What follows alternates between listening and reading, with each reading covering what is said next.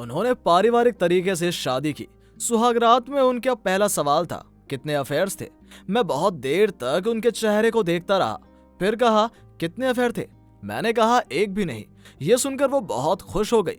फिर उसने बोला कि आज से सिर्फ मुझसे ही प्यार करना, अगर किसी और लड़की को देखा तो जान ले लूंगी। मैं उसी दिन समझ गया था कि वो मुझसे कितना प्यार करती है। जिस दिन मैं हंस हंस कर उसकी चचेरी बहन के साथ बातें कर रहा था, उस दिन वो मुझे बाहों में लेकर बहुत रोई थी और मुझसे बोला, मैं तुम्हें कितनी बार मना कर चुकी हूँ कि दूसरी लड़कियों के साथ बातें मत किया करो। जब मैं मर जाऊंगी तो जितना चाहे बात कर लेना, तब मैं मना नहीं करूंगी।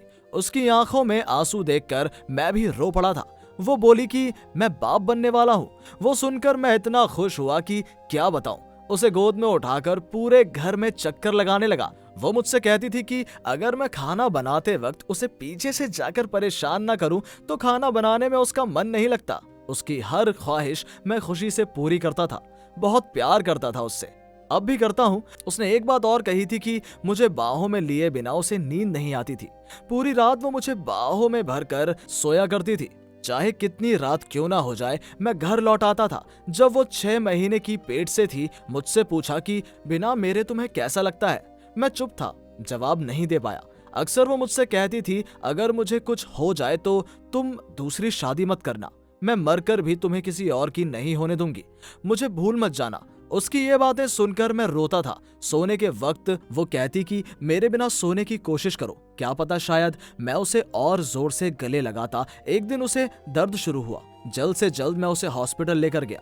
उसने मुझसे कहा कि अगर मुझे कुछ हो जाए तो मुझे भूल मत जाना, बहुत प्यार करती हूँ तुमसे। ये सुनकर अपने आंसुओं को रोक नहीं पाई। मैंने कहा, कुछ नहीं होगा तुम्हें, मैं हूं ना, कुछ नहीं होने दूंगा। पलटकर बोली, आखिरी बार के लिए बस एक बार मुझे अपने सीने से लगा लो। यह कहकर अचानक रो पड़ी। मैं भी खुद को रोक नहीं सका।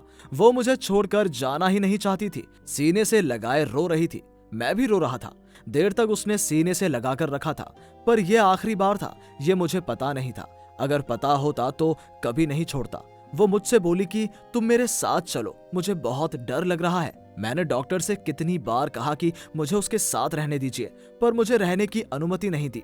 ऑपरेशन थिएटर के अंदर एक बच्चे के रोने की आवाज सुनाई दी। बच्चा मुझे मिल गया, पर वो नहीं मिली।